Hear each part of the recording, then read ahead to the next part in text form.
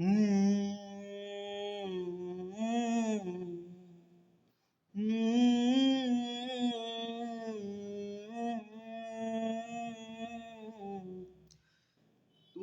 जो है मांगा तो दिल ये हाजिर हो गया। तुमको माना मंजिल और मुसाफिर हो गया। तूने जो है मांगा तो दिल ये हाजिर हो गया। तुमको माना मंजिल और मुसाफिर हो गया। लो सफर शुरू हो गया। हम सफर तू हो गया मेरा हम सफर तू हो गया।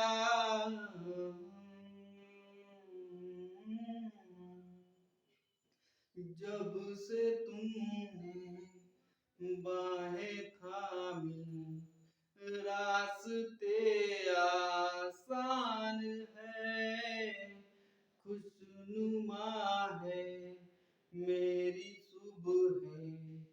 खुशनुमा हर शाम है। जिंदगी के अच्छेपन से मैं भी वाकिफ हो गया। लो सफर शुरू हो गया। हम सफर तू हो गया मेरा हम सफर तू हो गया।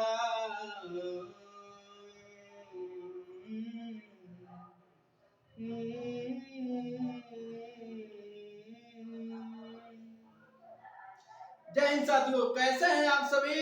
आशा करते हैं कि आप सभी बहुत ही बेहतर और बेहतरीन होंगे और आप सब की पढ़ाई भी बहुत ही अच्छे तरीके से चल रही होगी। जैसा कि यूपी लेखपाल का जो पेपर है बहुत ही नजदीक है, इसी के लिए मैं जो है कि अब जल्दी जल्दी जो है कि वीडियोस आप लोगों को प्रोवाइड कर रहा हूं और ये बताते हुए बहुत खुशी हो रही है कि आप सभी को जो है कि वीडियो बहुत ही पसंद आ रहा है और ज्यादा से ज्यादा लोग आप देख रहे हैं और यही आशा करते हैं कि आप सभी एक दूसरे को शेयर भी करते रहिए, क्योंकि यहाँ पर 10 से 15 मिनट में जो है कि एक पार्ट और फिर 10 से 15 मिनट में यानी कि 2 से 3 पार्ट में यानी कि 30 से 40 मिनट के अंदर जो है कि एक चैप्टर हम कंप्लीट कर दे रहे हैं, तो इससे बेहतर क्या होगा। और ये भी जान लीजिए प्लेलिस्ट जो है कि बन गया है और आप सभी अगर चैनल पर नए हैं तो प्लेलिस्ट जो है कि 32-33 वीडियो हिंदी के बना के मैंने डाल दिया है और लगभग 7 से 8 लेसन जो है कि कंप्लीट भी हो चुके हैं।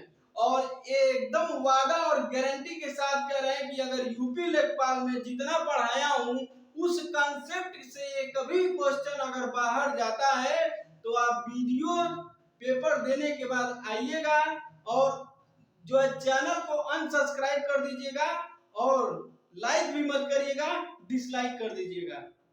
लेकिन अगर पेपर में हूबहू जिस तरीके से मैंने यहाँ पर पढ़ाने की कोशिश की और आपको कंटेंट तैयार करके दिया है, अगर इससे पहला नंबर तो इससे बाहर नहीं आएगा। आप एकदम बिलीव करिए और वीडियो को ज्यादा से ज्यादा लोगों में शेयर करिए, ठीक है। और इसके पहले पार्ट में हम लोगों ने पढ़ा था सर्वनाम का पहला भाग और आज पढ़ेंगे हम लोग सर्वनाम के दूसरे भाग को। जैसा कि हम लोग सर्वनाम क्या है इसके बारे में जाने थे और पुरुषवाचक सर्वनाम और उसके तीनों भेद और अन्य सर्वनाम को किस तरह से पहचाना जाता है और उसको किस निश्चयवाचक में कि अनिश्चयवाचक है कि संबंधवाचक है, इसको भी मैंने बताने का कोशिश किया हुआ था। और आइए आज हम लोग पढ़ते हैं। यहाँ पर दिया हुआ है सर्वनाम का जैसे 6 होते हैं तो ये आपका दूसरा नंबर है निश्चयवाचक सर्वनाम। निश्चयवाचक सर्वनाम क्या होता है आइए देखते हैं। जिस व्यक्ति या वस्तु के बारे में निश्चित ज्ञान हो, यानी जहां पर निश्चितता का बोध होता है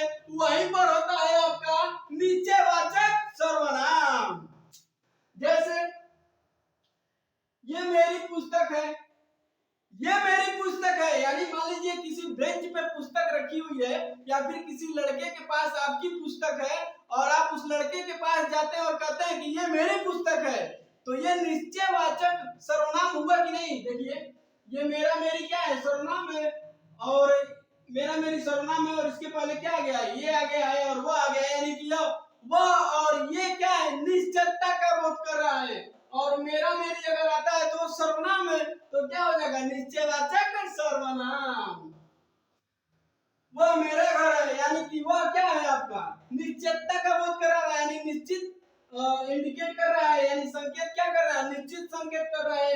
और मेरा मेरी अगर आ जाता है तो क्या है? ये सर्वनाम है कि नहीं है? अरे संज्ञा के स्थान पर जिसका प्रयोग किया जाता है उसी को ना सर्वनाम कहते हैं। हाँ, बात करते हैं। अभी इसके पहले वीडियो में नहीं बताए थे, देखे नहीं है? जाइए पहले देखिए, और नहीं समझ में आया ना फिर कहिए। यानी कि जो ये वह है, ये वह क्या है? ये निश्चितता का बोध कर रहा है, और ये मेरा मेरी का क्या कर रहा है? मेरा मेरी सर्वनाम है, तो ये क्या हो जाएगा? निश्चयवाचक सर्वनाम। यह क्या है? सर्वनाम है। अरे यह क्या है? सर्वनाम ही तो है, गाय है, यानी कि यह गाय है, यानी निश्चित है कि यह गाय है। ठीक है, यानी कि निश्चयवाचक सर्वनाम बेहतरीन तरीके से आप लोग समझ गए होंगे। एक और एग्जांपल देखते हैं। आजकल यह कुछ नहीं खाता पीता है। आजकल यह कुछ नहीं खाता पीता का मतलब यह, यानी कि यह, इसकी बात हो रही है कि यह खाता पीता नहीं है। जैसे मान लीजिए आपका कोई बालक है और कहते हैं, कोई आदमी आया, कहा और क्या हाल चाल है आपके लड़के का, तो आप क्या कहेंगे? अरे सब तो बढ़िया है, लेकिन आजकल ये कुछ खाता पीता नहीं है। यानी कि यह नहीं खाता पीता है, तो यह क्या है? निश्चितता का बोध कर रहा है, यानी किसी को क्या कर रहा है? किसी संज्ञा को इंट्रोड्यूस करा रहा है, और संज्ञा में सर्वनाम, संज्ञा के स्थान पे सर्वनाम का प्रयोग करते हैं, बात करते हैं। हाँ, यह देसी गाय है, यह गाय तो है लेकिन देसी है, तो यह क्या हो गया? आपका निश्चितता का बोध कराया कि नहीं कराया? आइए, अब इसी का सेम विपरीत हो जाएगा अनिश्चितवाचक सर्वनाम, जो किसी व्यक्ति वस्तु को निश्चित बोध न कराए, यानी निश्चितता का बोध नहीं कराता है, इसी का सेम उल्टा हो जाता है। आइए इसको बेहतर तरीके से समझेंगे। कह रहा है कि बाहर कोई आया है, अरे बाहर कोई आया है, अब देखो कुछ लाया है। इसमें दो प्रकार के होते हैं, एक तो कुछ आता है और एक क्या होता है? कोई होता है। तो कोई हमेशा व्यक्ति के लिए प्रयोग करते हैं, कोई हमेशा व्यक्ति के लिए प्रयोग करते हैं, और कुछ हमेशा वस्तु के लिए प्रयोग करते हैं। अच्छा ये बताइए, मान लीजिए मैं कमरे में हूँ, बाहर से कोई आया, कहा कि भैया कोई आया है, तो कोई तो इंसान ही तो आया होगा, प्राणी ना आया होगा। और देखिए कुछ लाया है, यानी कोई वस्तु ना लेके आया होगा। बात समझिएगा, यानी कि कोई और जो आपका कुछ है, यानी कोई व्यक्ति के लिए और कुछ वस्तु के लिए। ठीक है, और यहाँ पर दोनों में निश्चितता का ज्ञान नहीं हो रहा है, यानी कुछ लाया है, साबुन लाया है, सरफ लाया है, तेल लाया है, नमक लाया है, मिर्चा लाया है, या फिर बॉक्स लाया है, कि पेन लाया है, कि कॉपी लाया है, कुछ पता चल रहा है? नहीं चल रहा है। ठीक है, कोई आया है, अरे कौन आया? मामा है, मामा मामी आई है, कि मौसी आई है, कि चाचा की चाची, कि फूफा की फूफी, बहन है, माँ है, कौन है? पता चल रहा है? नहीं पता चल रहा होगा। तो इस तरीके से हम लोग कर सकते हैं। उसने कमरे में कुछ रखा, अब पता नहीं क्या रखा, कॉपी रखा कि पेन रखा कि मतलब कंबल रखा, कुछ भी नहीं मालूम है। यानी कि जहाँ पर निश्चितता का बोध नहीं होता है, और कुछ और कोई आता है। कुछ हमेशा वस्तु का बोध कराता है और कोई व्यक्ति का। चौथा नंबर देखते हैं, प्रश्नवाचक संख्या। अरे जहाँ पर प्रश्न पूछने या करने का बोध होता है उसी को कहते हैं प्रश्नवाचक सर्वनाम।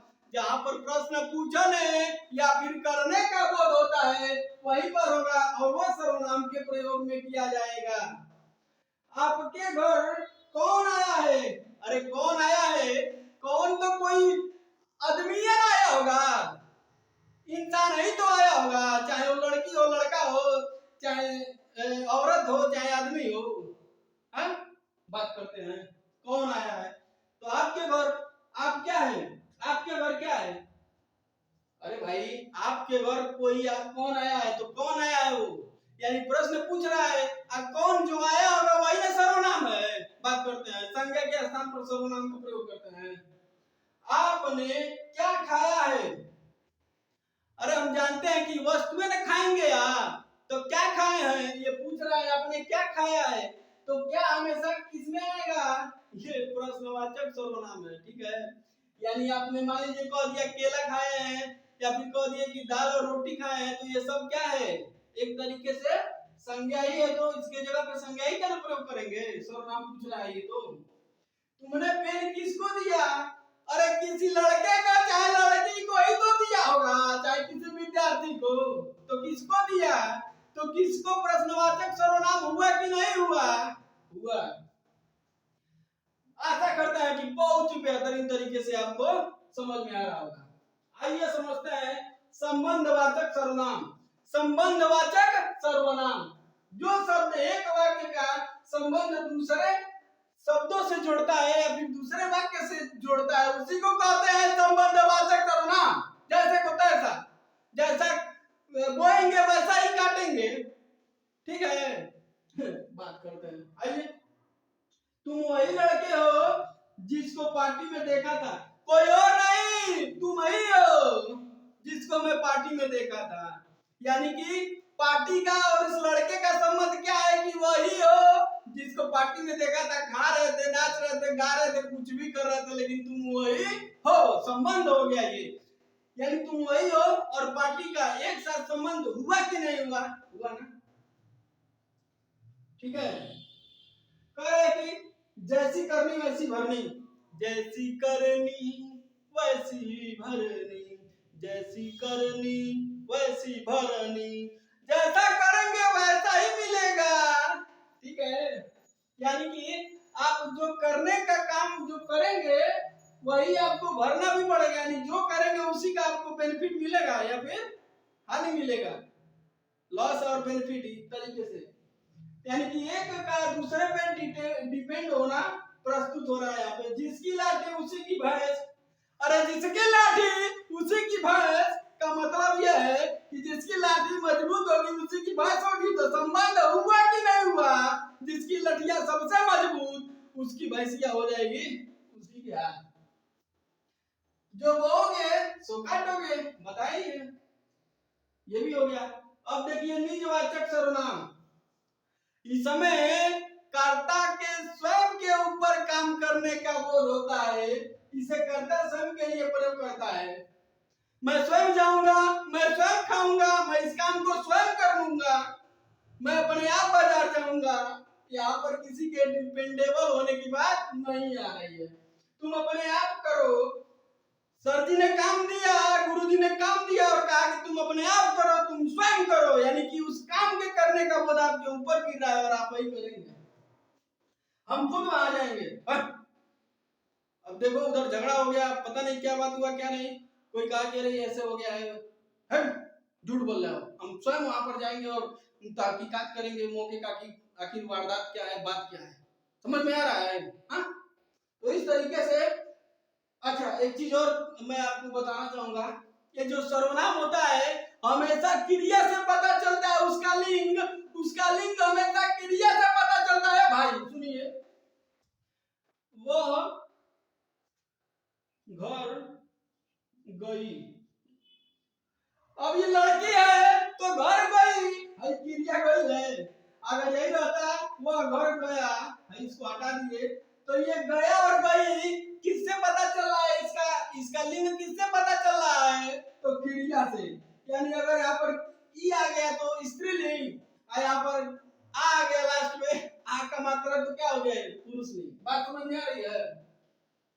अब देखिए कोई और कुछ को थोड़ा सा एक बार और समझ लीजिए, कोई किसके लिए प्रयोग करते हैं, यानी कि जब निश्चितता का बोध न हो, और ये प्राणी के रूप में प्रयोग किया जाता है, इंसान के रूप में प्रयोग किया जाता है, और कुछ जो है वो निश्चितता का बोध कराता है लेकिन वस्तु के लिए बोध होता है। अब देखिए एक चीज और पूछता है, पेपर में तुरंत पूछता है कि मुझे किस प्रकार की का सर्वनाम है, तो मुझे क्या है, उत्तम है कि नहीं है। अरे तीन बताए थे ना, उत्तम पुरुष, मध्यम पुरुष और अन्य पुरुष, तो उत्तम पुरुष का ही रूप क्या है, मुझे है। तो आशा करते हैं कि आप सभी को वीडियोज का ये जो कंटेंट मैंने प्रोवाइड किया है एक नंबर झकास लगा होगा। तो आप भी एक नंबर का काम करिए, लाइक करिए, चैनल पर नए हो तो सब्सक्राइब करिए और फैला